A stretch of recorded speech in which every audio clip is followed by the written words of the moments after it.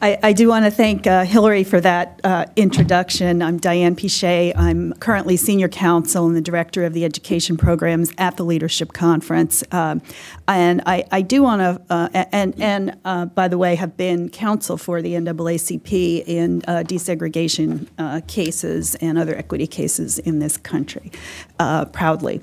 I wanted to follow up on a couple of things. One that Wade mentioned, and most recently that my friend Hillary mentioned, and that is that we have this cycle, almost a downward spiral, or once you get down about as low as you can go, kind of staying there in terms of our lowest performing schools, be they our dropout factories or very high minority, segregated, high poverty and low achieving schools in both our rural areas and in our urban areas. And there are multiplicity of factors that contribute to the conditions in these schools. And I don't want to minimize the impact of external factors or more systemic factors like segregation, like the access to social services. You hear recently access to grocery stores with healthy food and so forth and so on.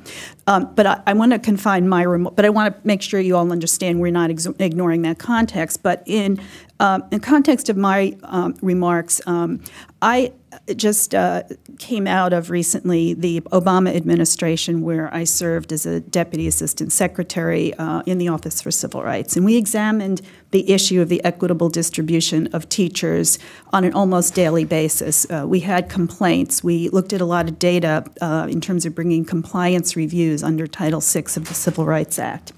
And I can assure you, and the research bears this out, that almost anywhere you look in this country, and by whatever measure you use, you're going to find an inequitable distribution of teachers. You're going to find that students of color, schools that have high concentrations of minority students and low-income students have the least, by whatever the measure is, whether it's master's degrees, whether it's high-quality preparation programs, whether it's years of experience, and we look at the first 2 years as being really critical because the research shows that pretty much all teachers are weak in their first year and really don't start to get better until at least 2 years in the classroom, whether you're looking at churn, which is the high turnover rates in these schools.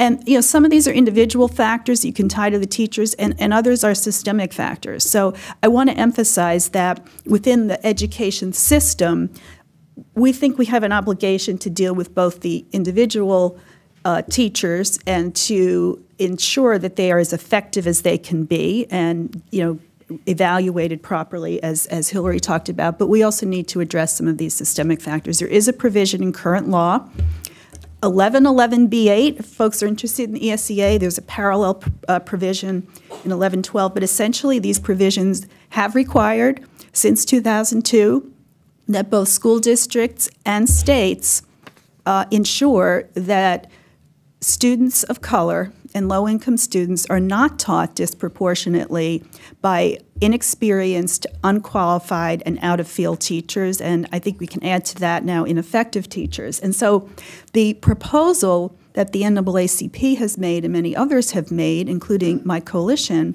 is that we've had almost 10 years of this provision. We've had very little enforcement by the Department of Education. We've had very little implementation by the states and school districts. So we need to push at all levels, including an ESEA, for the education system to come forward with a plan that promises to work now, and that's almost a quote from a desegregation case, to come forward with a plan that's realistic and that will work to ensure the equitable distribution. And that's a bedrock civil rights principle.